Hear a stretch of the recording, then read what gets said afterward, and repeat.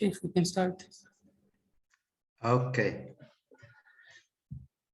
Bismillah ar-Rahman ar-Rahim.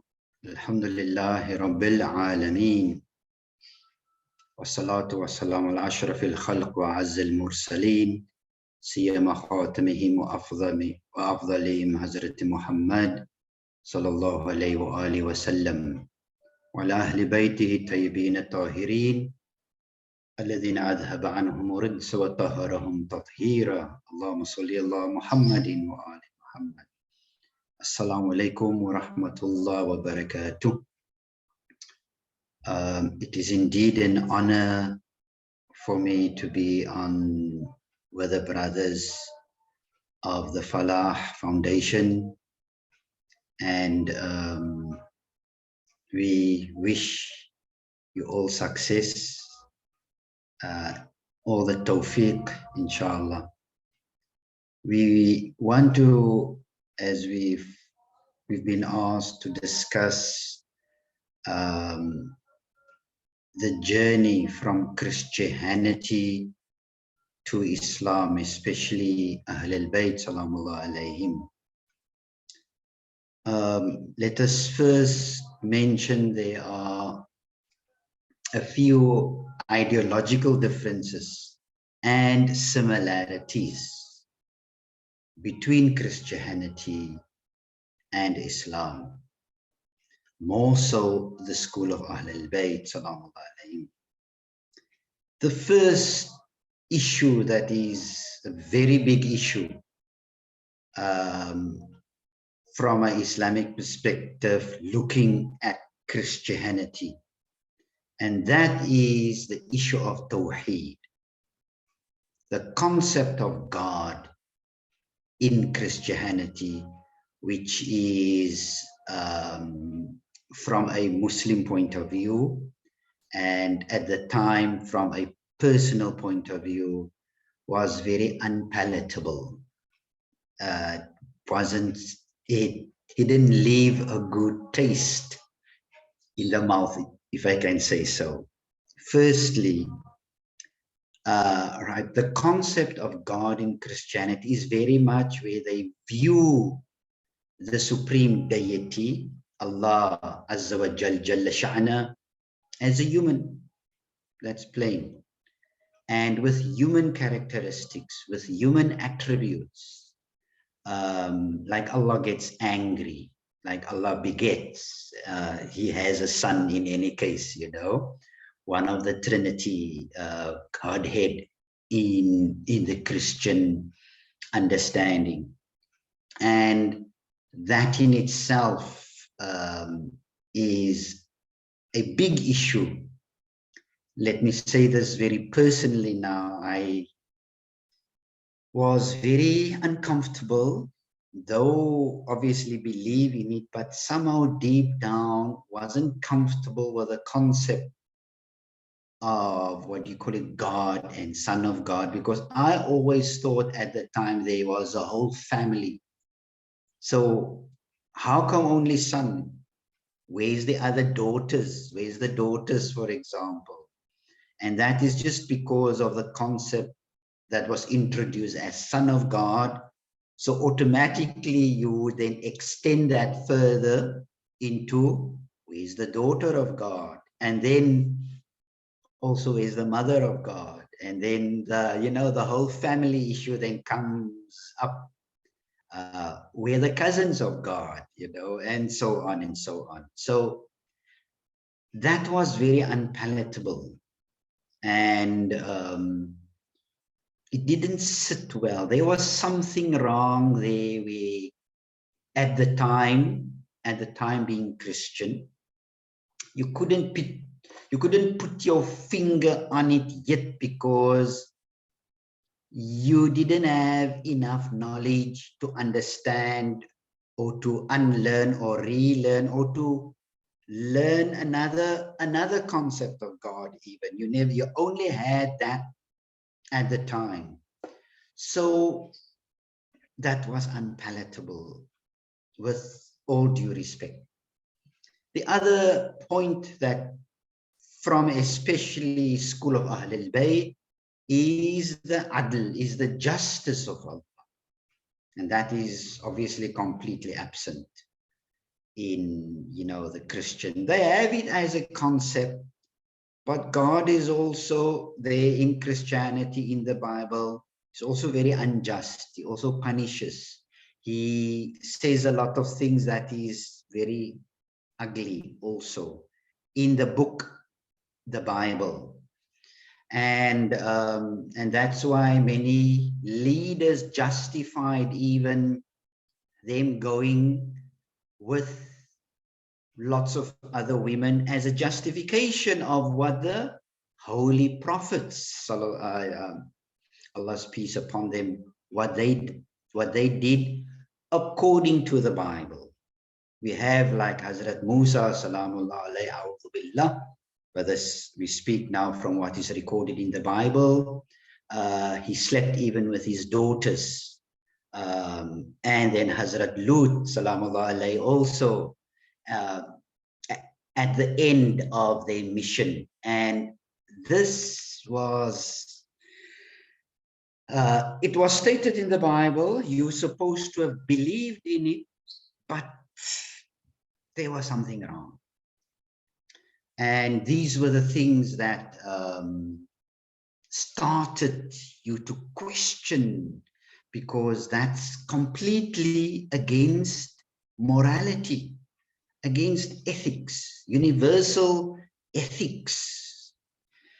And this brings us also to another issue, which is beautifully defined in the school of Ahlul Bayt, which even our madhab, the sister madhab, in the school of Ahlul Sunnah, where they also, that's also absent there. Speaking about majority of them, there are a few which I don't want to mention now, but in general, they don't have ismatul anbiya. They don't have, and this in itself is a problem, because that whole concept is beautifully explained in the school of Ahlul Bayt, salamullah alayhim. Then I'm just referring here to ideological differences. First, we will speak about similarities later on. The other issue is the Bible itself, how it was, how it came to us. The Bible itself, as we see, is the gospel according to Matthew, the gospel according to John, the gospel according to Luke. And if it is the word of God, which it's supposed to be, why is it the gospel according to Luke, Matthew, John, for example? Then when we look at the accounts, the various accounts of Matthew, of John, and Luke, we see that there's a lot of similarities, but simultaneously a lot of differences, where they've mentioned on the same event, the same issue, the same topic, but they have different accounts for the same event. And that in itself was also raising an eyebrow, because then, just to give you an example, if Hazrat Isa salamullah alayhi was crucified on the Friday, which is then Good Friday, and he resurrected on Sunday morning, that whole weekend, the Bible says that he was in the heart of the earth, if we can say so, meaning in the grave, that's metaphorically used, for 3 days and 3 nights. Now, if we do our mathematics, simple arithmetic, we see that from Friday to Sunday morning, that is not 3 days and 3 nights. And that in itself raised an eyebrow for me, because at the time my question was, don't God know mathematics then? found that very strange. Then lots of other issues, like God, or rather the Bible mentions the Sabbath, that is on the worship on the Saturday, not the Sunday. And that for me was an issue. Why are we then worshiping? Why do we then go to church on a Sunday? Because Bible nowhere in the Bible is mentioned Sunday. Nowhere. Bible is emphatically clear about the Saturday. Hence we have what we term today the Seventh-day Adventist Church, because that's the interpretation. And they are right there according to the biblical verse. Lo and behold, we then found out afterwards, and as we dig further and further, yeah, something not right here. And these are some of the fundamental ideological differences between Islam and Christianity. Then what is so beautifully, when we started our research, let me explain now something very personal.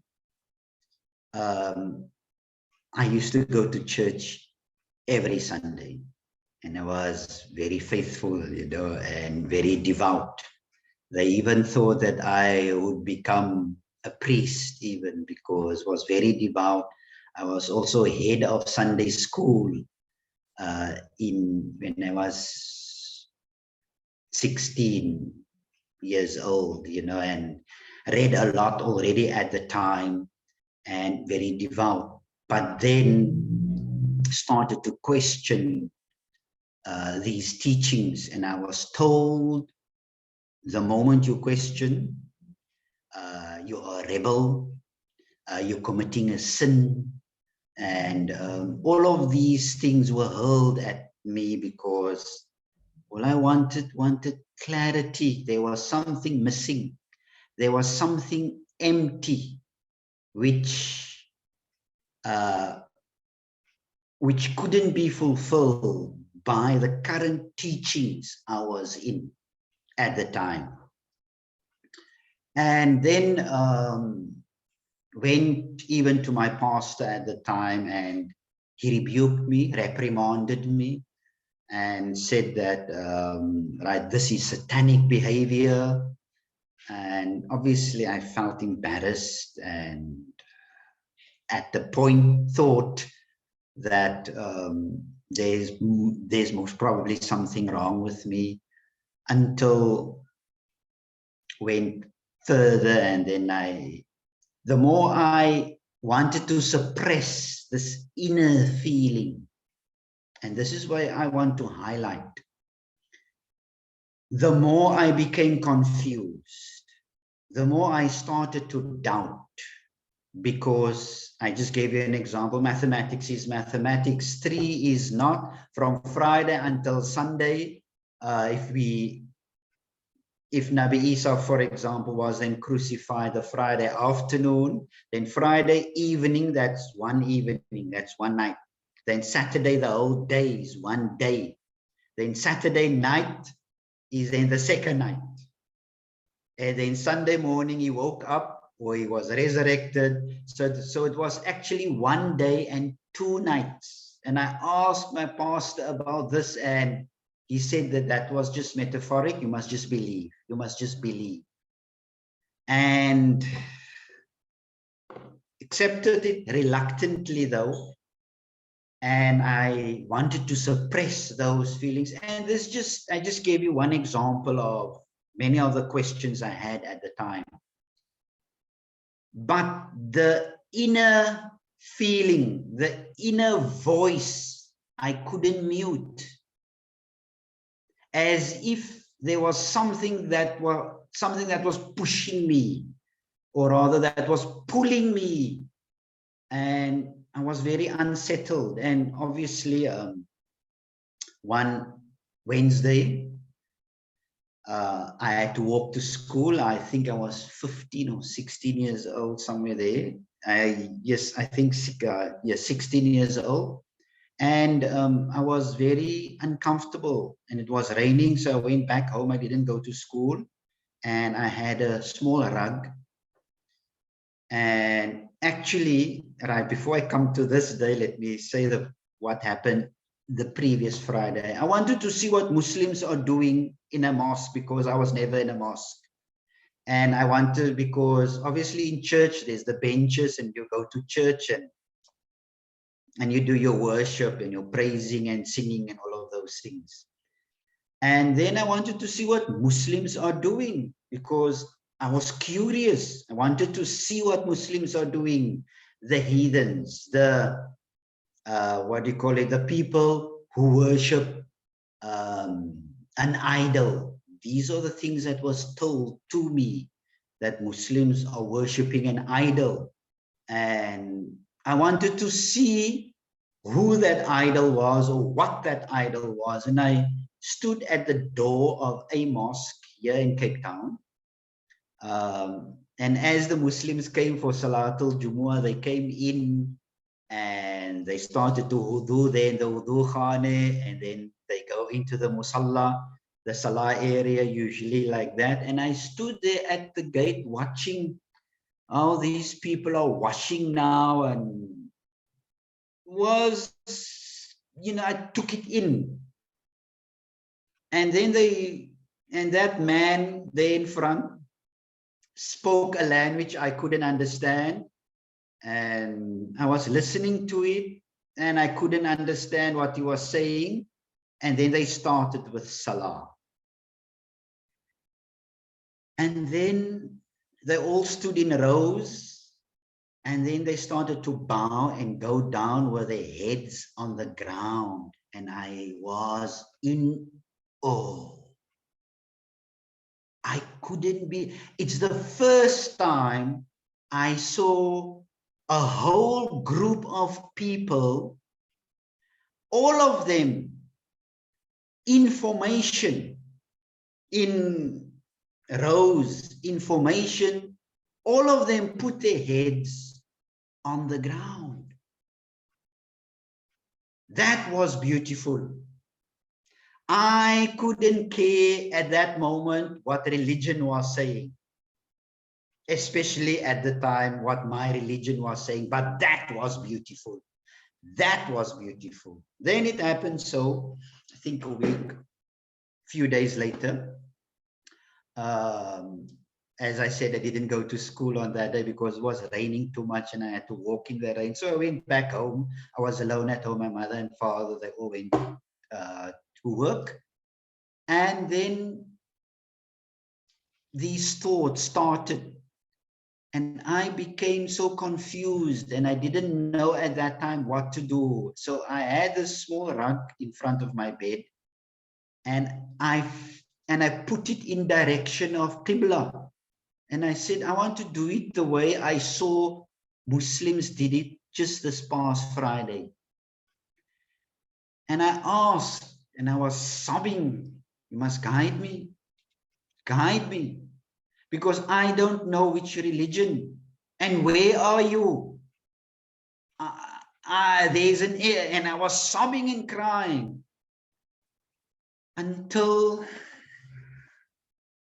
nothing happened for a few weeks.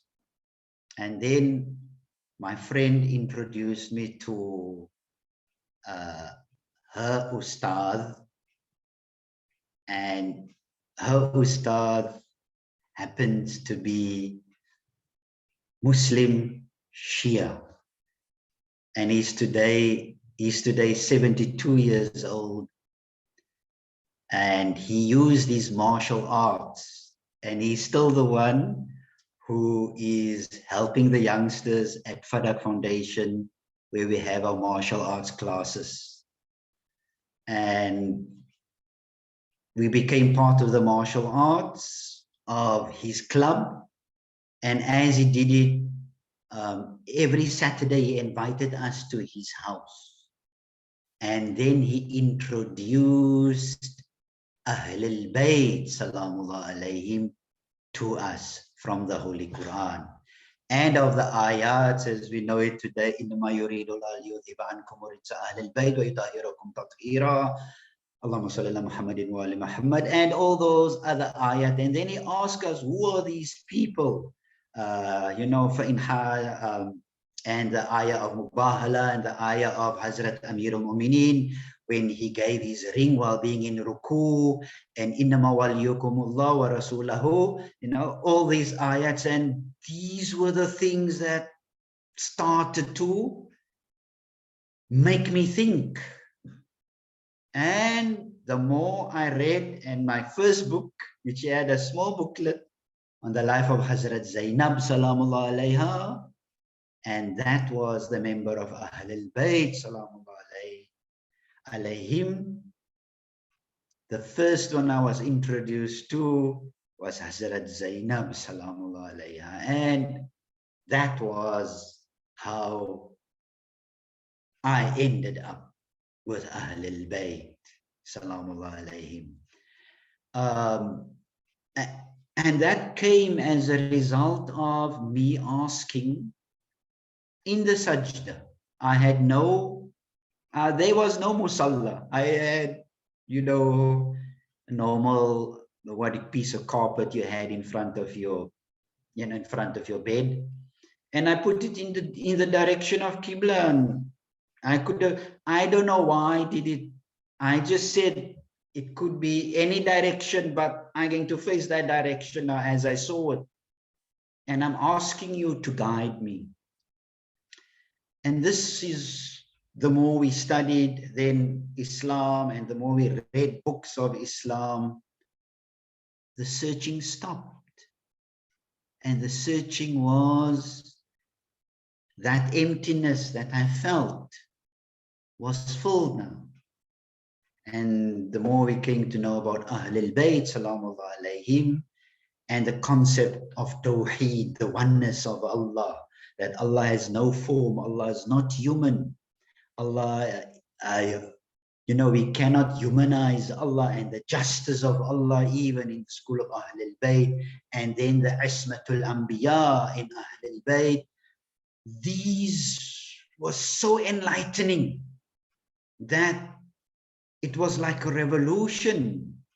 And this is what we want to mention. It is ideological and also personal as well. What is so beautiful in the school of Ahlul Bayt and in Christianity, and that is the concept of love. The concept of love in Christianity is beautiful, and they are very also spiritual on their level, how they perceive. Should they just have even Tawheed and Ahlul Bayt, but they don't have, but they have love there. And we found love with Ahlul Bayt, Salamullah alayhi. And especially in Tawheed, when we learned about, Sifatul Dhatul Ilahi, love is of the Sifatul Dhat and Muslims, etc. And then the more you read of Ahlul Bayt and teachings of Ahlul Bayt, Salamullah alayhim, and the spirituality as well, you eventually find love again. And today, that is the message of Ahlul Bayt, Salamullah alayhim, is love. Muslims, majority of them, they're very angry people. And it's understood also the circumstances and the political, socio-economic conditions. But when I was introduced to Rumi and to Shirazi and all of these mystics, then I found what I wanted always. And this is the similarities between Islam and Christianity. Ahl al-Bayt hammers, emphasize on akhlaq, which is found also in Christianity. Beautiful. And when we focus on these things, and you know the hadith of Rasulullah, bu'ithtu li'utammima makarimul akhlaq, etc., and many of these hadith and riwayat, that is the centerpiece in Islam, is akhlaq, is tahdhibun nafs. It is to train the nafs, and that is found in Christianity as well, but more refined and defined and beautifully exhibited by Ahl al-Bayt, salamullah alayhi. Then when we speak about these similarities and these differences, let me rather say this: there are more similarities between Islam and Christianity, or more so Ahl al-Bayt's message and Christianity, than the differences. Yes, we obviously know now the big difference is the issue of Tawheed, of Allah. And if that can be attended to, then, and after all, we have all the Anbiya, as it is in Christianity or Islam. All the Anbiya are there, salamullah alayhim.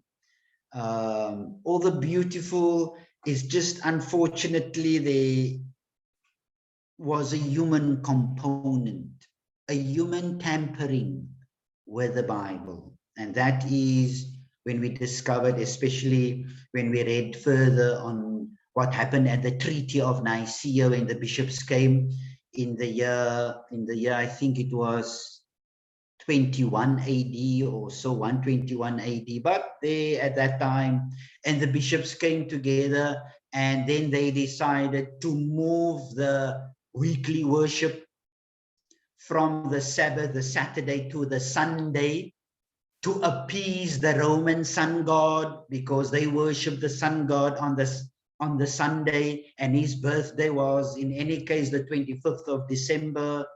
All of these things obviously infuriated me at the time. And then when we discovered all of these, no.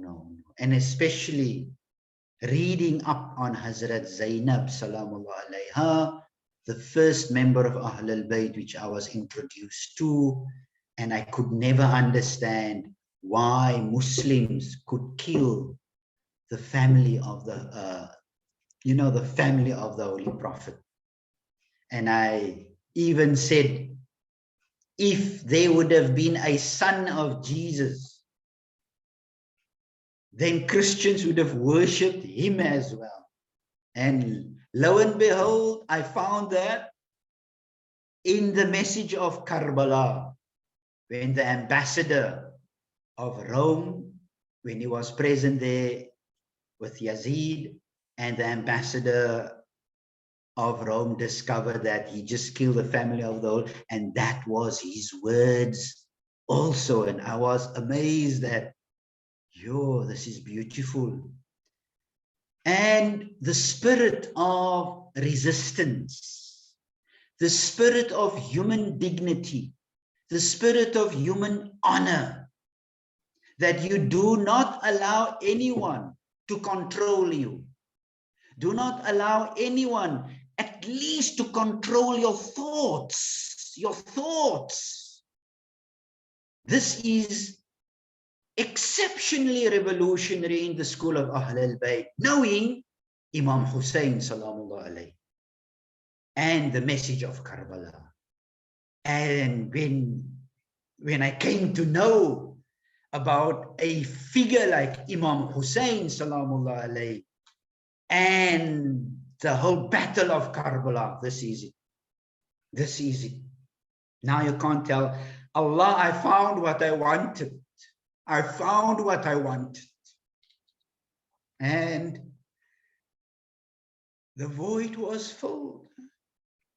Today, There's no searching anymore. There's no emptiness anymore. Today is just serving Allah and serving humanity. And what was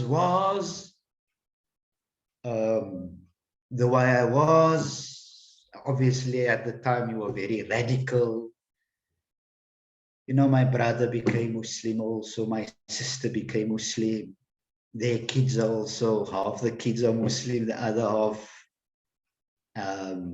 Even my father, my stepfather who raised me, he became Muslim as well. And on his way being Shia, he was obviously first with the Tabligh Jamaat. When he became Muslim, he was a drunkard, by the way. I was raised, and I'm not shy to say this, raised with alcohol in our house. That was normal. But not once I ever drank or ever smoked. This is what I believe today and what I've discovered today, the inner guidance, that voice that has guided me, that force that pushed me towards Ahl al-Bayt, salamullah alayhim. And we are thankful to Allah, Azza wa Jal, Jalla Sha'na, that He guided us. And if the world can taste the sweet honey of the message of Rasulullah and Ahlul Bayt, they don't know what they miss. They don't know what they miss. And may Allah guide them all, no exception. May Allah guide them all to school of Ahlul Bayt, salamullah alayhi. On condition they ask sincerely and devotedly to Allah Azza wa Jalla Sha'an. And then Allah will guide. And this was my personal journey. And we thank Allah today that who we are is who we are, and may Allah even expand the journey for us. And we are constantly thirsty for the message of Ahlul Bayt. I hope we have answered and I hope we've met the challenge which we were asked to do. And I hope this serve also as a hint, or maybe as a seed that is planted somewhere, so that when you are sincerely, indeed Allah Azza wa Jalla Sha'na, He guides. And we are fortunate and we are blessed. And today is whatever must be, must be. If it is, we live.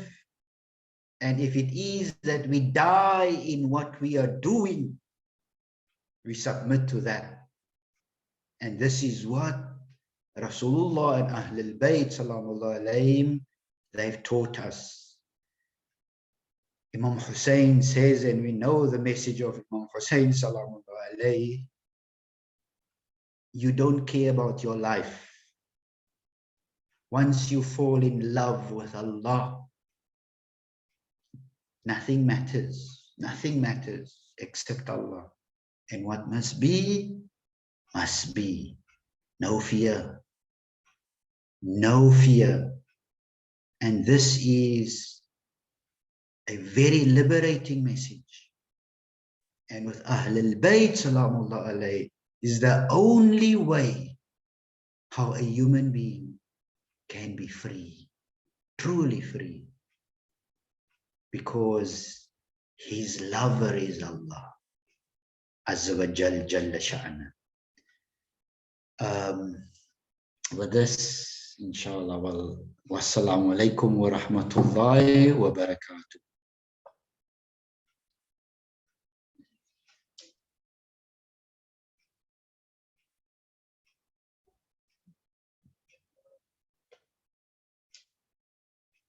if there is maybe a question or not. If not, then Alhamdulillah. No.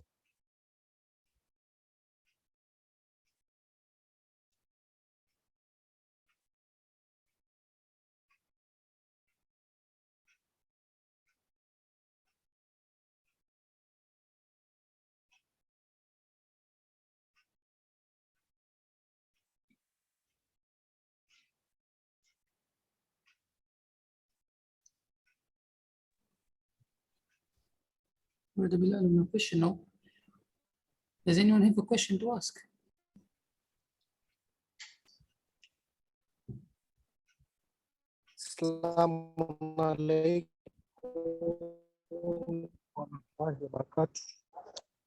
Thank you, Sheikh, for the presentation. I just have one question. Is Christian and Jew will they also go to heaven, Christian and Jews, or the heaven is only maybe for we can say for the Muslim, specifically Shia? Also, Christian, Jews, and the Sunni will also they go to heaven, or is it only the heaven is also to us Shia?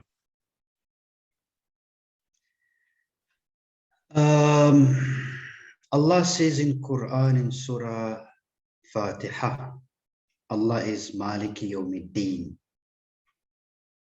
Allah is the master, the owner of Yawmuddin. This is extremely an important question for many Muslims.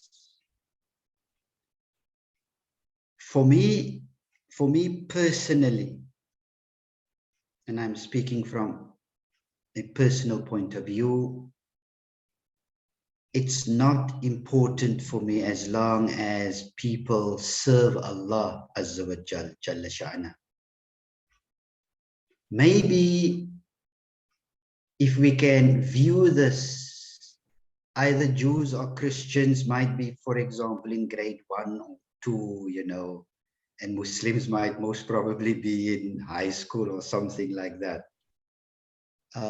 There are stages to guidance, and Allah is the one who guides. Allah is the one, not us. And I want to say and want to emphasize, no human guides, only Allah. And through the ways of the masters whom He sent. Salamullah alayhim. When I deal with people, I first deal them with the respect, with the honor, and as human beings. Their belief does not concern me, and I don't say that in a selfish way, because I don't put myself and want to look at some future date who's going to heaven and who's going to hell. That is Allah Azza wa Jalla Sha'na, His work, not my work, not Muslims' work. We don't know how that day is going to how it's going to run, how it's going to unfold, the logistics of that world, of that day, we don't know.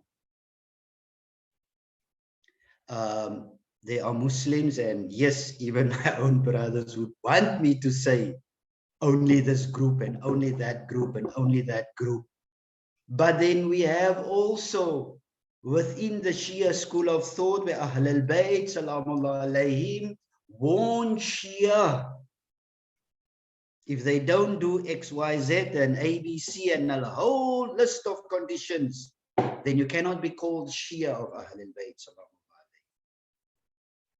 And that gave me the understanding that, yes, we want to venture into that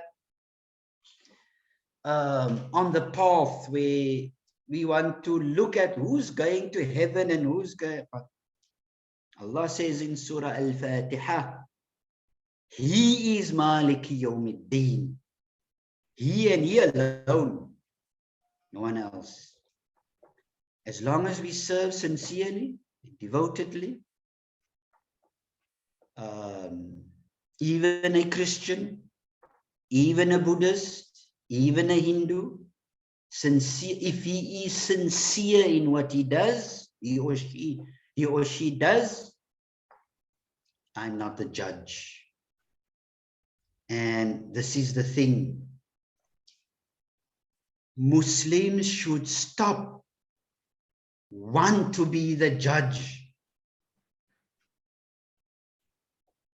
And once we get away from judging and treat people with love and respect and kindness, then we, as Ahl al-Bayt, salamullah alayhi, they were the victims of the worst oppression ever, been massacred, and yet Imam Zain al-Abidin used to host his father's killers and treat them with respect. No better teacher. There was no judgment there. So if we can follow that example, then I think this world would be a better place. We don't, I'm speaking from a personal point of view, sir, with whoever I interact, we treat people with respect, love, and kindness, and I don't venture into who's going to heaven and hell. And maybe I did something. I myself am in need of Allah's rahmah, Allah's mercy. So not let my deeds or good deeds even give me an iota of pride and arrogance and conceitedness. And that is also abhorred in Allah's sight. So, yes, that question, with all due respect and love, my brother, maybe ask that question to somebody else. We had enough of suffering in this world.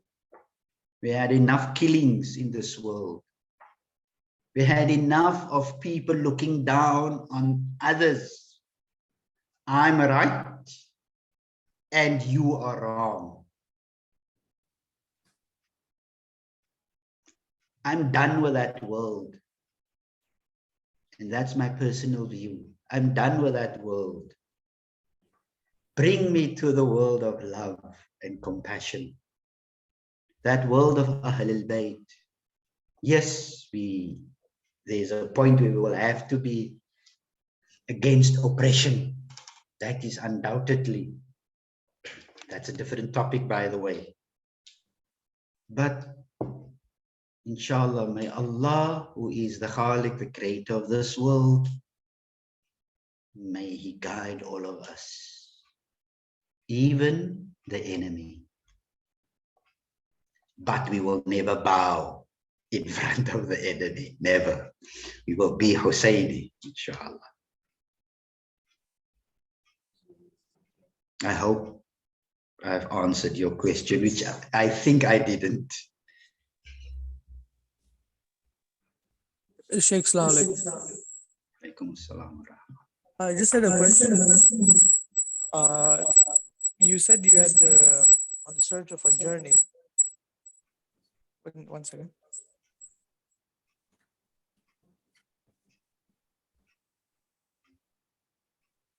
That you were searching for the truth. Yes. And that's what led you from moving from Christianity all the way to Shiism. But your journey evolved straight from Christianity to Shiism. Had you gone through the path of going into the school of the Sunni school, and then you would have, going down that path, would you have still searched more to reach where you are today, or would you have stopped there? Can you just repeat the last part of the question, please?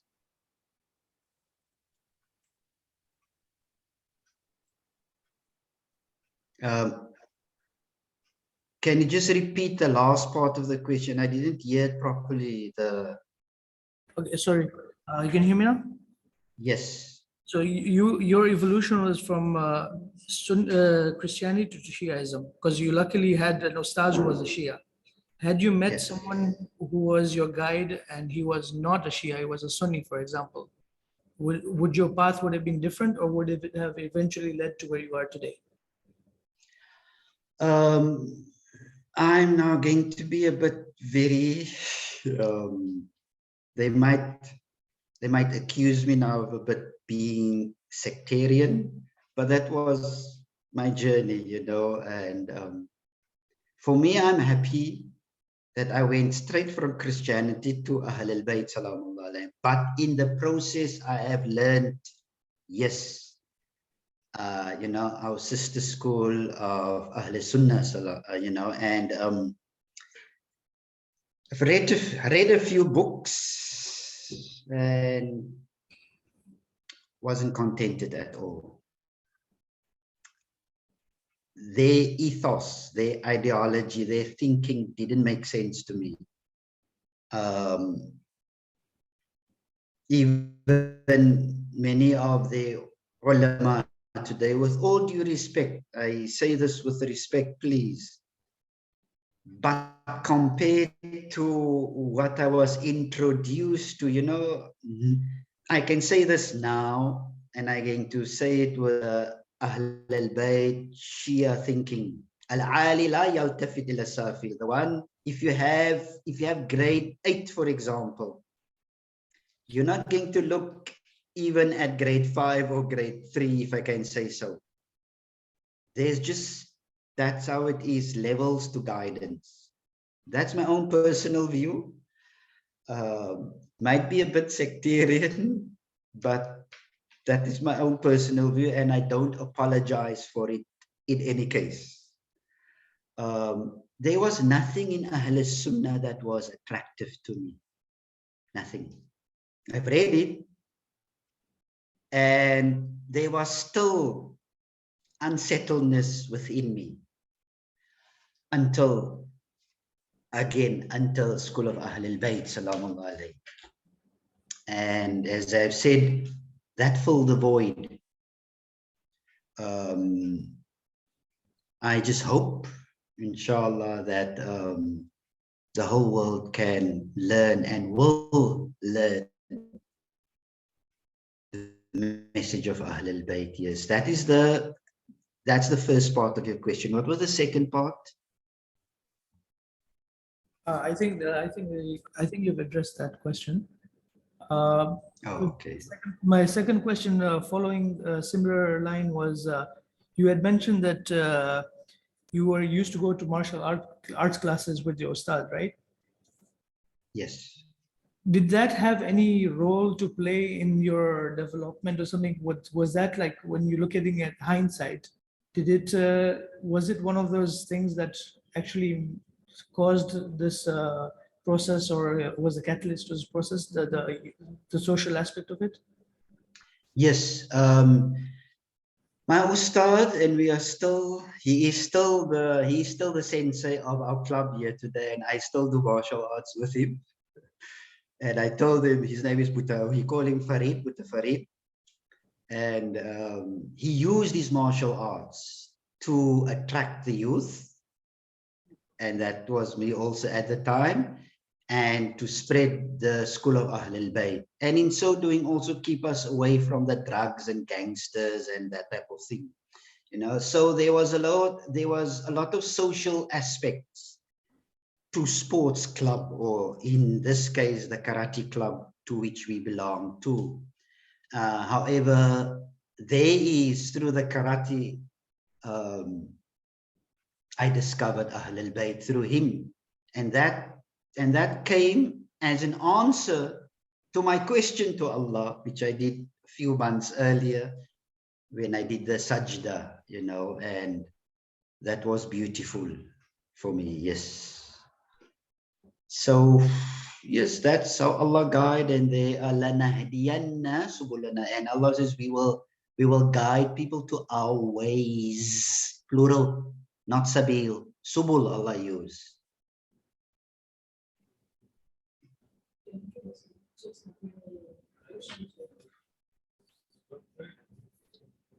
Thank you, Sheikh. There's a question in the chats. If you can just refer to it. Okay, can you just read the question? I'm not so good with these. Sorry, Marv. I'm not so. Can you just read the question in the chat? Okay. So the question is, Assalamu alaikum, mashallah, the lecture was very moving. My question is, what would you advise another revert who is probably choosing between being a Sunni or a Shia? It's very simple, and that is being honest, being truthful, and being sincere. If the question, and if that question is addressed to Allah, Allah will answer. That's all I want to say. It's not an intellectual journey. It's a journey of spiritual fulfillment. This is what this journey is about. You can read as many books as you want to. By the way, I discovered this hadith with Imam Sadiq, Salamullah alayhi, when obviously was Muslim and Shia going to study at Qum. And the hadith of Imam Sadiq, Salamullah, was Al-ilm laysa bit-ta'allum. Knowledge is not the amount of books you are swallowing. Knowledge or guidance is what? Al-ilm nurun yaqdhifuhu Allah fi qalbi man yasha. Allah puts the nur in the hearts of whom He wishes. So, sincerely, if it is between Sunni, Allah is not the author of confusion. Wallahi is not. If you ask, Ud'uni astajib lakum. Call upon me, I will answer you. That's Allah's words, and He does. So, yes, just be sincere.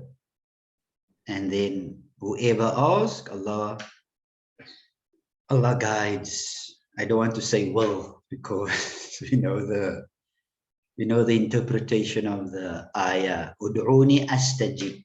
In that is present tense, not sa'ujib, not I will answer. But leave that, inshallah. Sheikh, there is another question as well from one of the brothers. He's asking that, is it possible that Christians and Muslims are believing the same God? Right. Basically, we believe in the Abrahamic faiths. And today, in general, I want to say in general, most people believe in monotheism, in one God. Most people, yes. They differ with who and how, etc. And that will take time. Let me tell you, there was a time when there was no concept, except with Anbiya sallallahu alayhim. There was no concept of Tawheed in this world. We made idols and we worship whatever, And today, we have progressed a bit on the ladder of Tawheed, if I can say so. Muslims and Christians basically, yes, believe in the same God, which is Allah. They just differ on the details.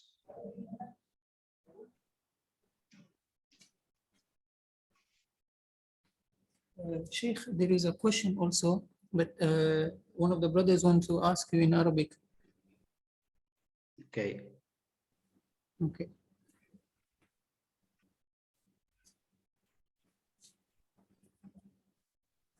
نعم السلام عليكم. السلام عليكم أستاذ. أسأل تحدثت حول أخلاقي حول هؤلاء الأعصار. نحن حينما نتحدث أو نعمل حول عملية الأخلاق، خصوصا نحن الشيعة، إذا فعلت شيئا جيدا في اجتماع، في المجتمع مثلا، إذا هم يعرفون أنك شيعي يسبك يعني، ولكن إذا فعل الشخص العادي هو يتأسفون هكذا. أسأل سؤال هكذا: لماذا أو كيف نأخذ نحن مسلمين خصوصا مذهب الشيعية، كيف نأخذ من هؤلاء كريستيان الذين يفعلون عندهم اعتقاد حقيقية، وليس حقيقي بالنسبة عند الله، لا، حقيقية في الاجتماعية حول أخلاق التماشر بين الناس. لماذا نحن المسلمين ما عندنا هكذا؟ وإذا فعلنا نحن الشيعية هم يجتنبون، لأن نحن شيعة. ماذا نفعل نحن شيعة؟ ماذا نفعل حتى نكون بهذه الحالة؟ Okay. I will answer it in English, inshallah. The important aspect here is to believe in yourself, to believe in the message, to believe in Allah. And when I want to make a difference here between believing and knowing. Do we believe in Allah or do we know Allah? No, obviously I don't claim I know Allah. But when you do something and you have not takabbur, a'udhu billah, but you have self-confidence and you have self-esteem, regardless of what others think, you do it because you know it is haqq. This is it. When we, and this is especially our education with the school of, or rather the Madrasatul Husayniyah. The first thing the Madhab Karbala teach us is self-esteem and self-confidence. Believe in yourself. You do what you're supposed to do. Leave the result up to Allah, regardless whether yasubunaka amla, regardless of whether they are insulting you, whether they are hurling stones at you, whether they are saying things at you. This happened to every Nabi. So we are not excluded from that. But have self-confidence. Believe in yourself. And once you do that, for example, let me say this, let me give you an example. I wear amama and I wear sometimes I don't wear it when I deal with other officials and government officials, etc. and other. I say on purpose when I go to non-Muslims, I say on purpose, Assalamu alaikum wa rahmatullah. And then they look at me because they expect me to say hello. Why must I always accept their hellos and their goodbyes, but they don't want to accept my salam and my shukran? This is inferior complex. This is what the West did. Western education did this. That our education, our salam, our language is inferior. And even the whites here in South Africa, wherever I go, with the non-Muslims, I deliberately say Salaam alaikum. They, by the way, today, when they see me, Salaam alaikum, Sheikh. Why must I have an inferior complex? But I do it with love. I do it with self-confidence. But I'm never going to deal with them where I think of myself as I'm small. No. This is what I understand from the Madrasatul Husayniyah. You know what Imam Hussein taught us in Rasulullah, Quran. لَقَدْ كَرَّمْنَا بَنِي آدَمَ. We've made Bani Adam Kareem. So what we do, we believe in. Leave the result to Allah. Wallahi, wallahi wa rasul. Whatever you do, and you do it sincerely, you put it, if I can say so, on the lap of Allah. Leave the result to Allah. Allah knows. And inshallah, I hope. And I know Christians behave very, when they look at Muslims, and Muslims, unfortunately, I saw what they did in Africa. You know, Catholics, etc., have the best universities, the best education. You even learn English with them, and it is considered to be a superior language. To hell with that.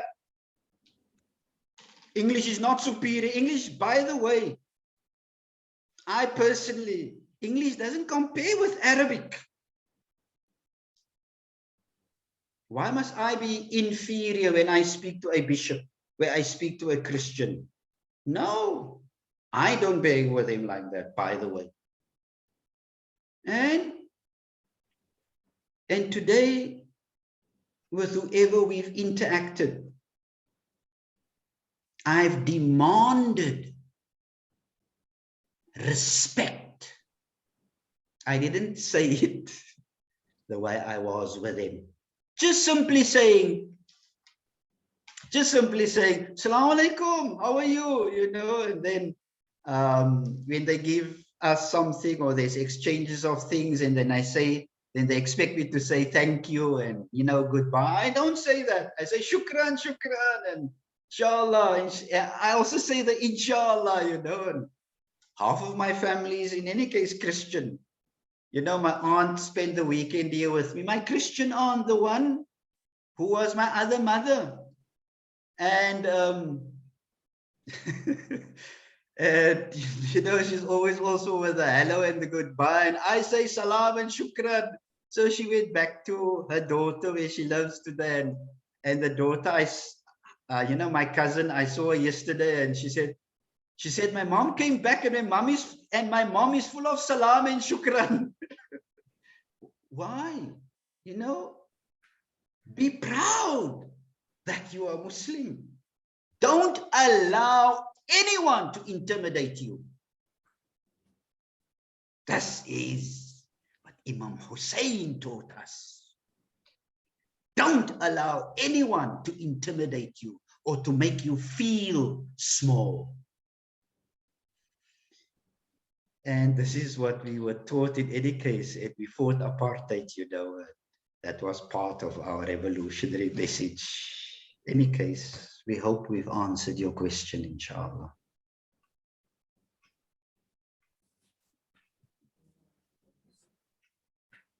I think so. There's one more last question.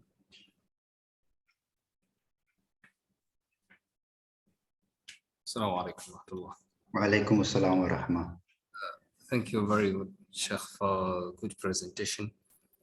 I have just two questions. The first question is about the relationship, social relationship between us Muslim and the Christians. According to مذهب أهل البيت ماذا يتكلم الإسلام عن مذهب أهل البيت عن هذه social relationship. لماذا أقول هذا? Why I say this? Because some of Muslims, for example, those Sunni, Salafi, they don't have good relationship between them and Christians. They don't respond in their salams حينما هم يسلمون عليهم لا يجيبون وعليكم كذا وما أشبه ذلك. ماذا يقول الإسلام عن هذا؟ وهذا واحد. وكيف عنهم الذين يقولون they have just explained God in terms of God has a son and so forth and كذا, but هنا قلت أنهم أكثرهم يتكلمون عن ربوبية الله أنهم يوحدون الله. كيف هذا هم يوحدون وهم يتكلمون عن they say God is they have expressed God in terms of sun كذا كذا كذا. Can you express this inshallah? Your first part of question, I want to repeat what I just answered to the previous questioner. How we deal with Christians, love, respect. And the best example is Ahlul Bayt Salamullah alayhim. How they dealt with, you know, the people of Kufa, for example. Look at the story of Imam Hussein and the life of Imam Zain al-Abidin Salamullah alayhi. And we can see how to deal. Let me say this. Do you think, I'm not asking you now, but this is general. It wasn't easy for Imam Zain al-Abidin, or rather let me say it wasn't easy for a human being. You see the killers of your family, and yet you invite them to sleep in your house, and you host them. You even give them food. When they leave, you even give them some things for the road. Here is it, my brother. Shia must move from not only the stories of Imam Hussein, salamullah alayhi, but to implement it. When we deal with Christians or whoever, deal with them with love, deal with them with respect, and then you will see their hearts will soften. Any human being, by the way, any human being, respect, love, but you need to believe first in what you do. They will see whether you are a weak Muslim. I don't accuse anyone, a'udhu billah, and we ask, ma'adallah. But people will see whether you have conviction, yaqeen, or whether you don't. So when we deal with them, inshallah, with respect and love and kindness and gentleness, and but at the same time, you stand your ground. With regard to the Trinity and the Godhead, and when you deal with that, that can only be done in a pleasant atmosphere, when there's really asking and they want to know, or with debates. Debates don't work, hardly works. Exchange of ideas, but there's no sincerity even there. When we deal with Tawheed, unless there is a sincere intellectual discussion and we exchange views and they understand, or at least they listen to our opinion, fine, or they're not going to listen. And I want to say this again, which I said earlier, Allah guides. If you are on 95 FM, radio frequency speaking now, and they are on 84 FM, the frequencies don't match, and they will not listen to what you are saying because they're not prepared to listen. We only, as Quran says, وَمَا عَلَيْكَ إِلَى الْبَلَاغِ, you only convey the message, Rasul, but Allah guides, inshallah.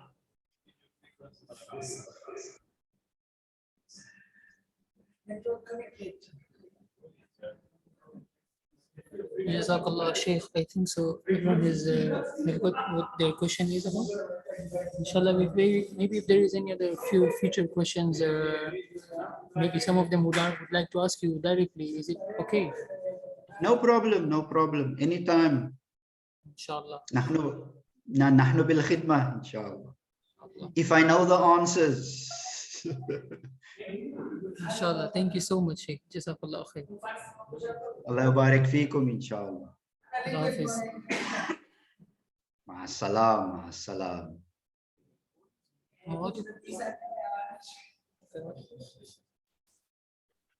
Okay, Sheikh, mashallah. It was very enlightening session, alhamdulillah. Inshallah, we'll see next time which topics are useful over here, and then we'll let you know. Inshallah, inshallah. Thank you very much. Inshallah. Anytime, inshallah. Wassalamu alaikum. And shukran for the opportunity, inshallah. Thank you. Salam. Wa alaikum assalam wa rahmah.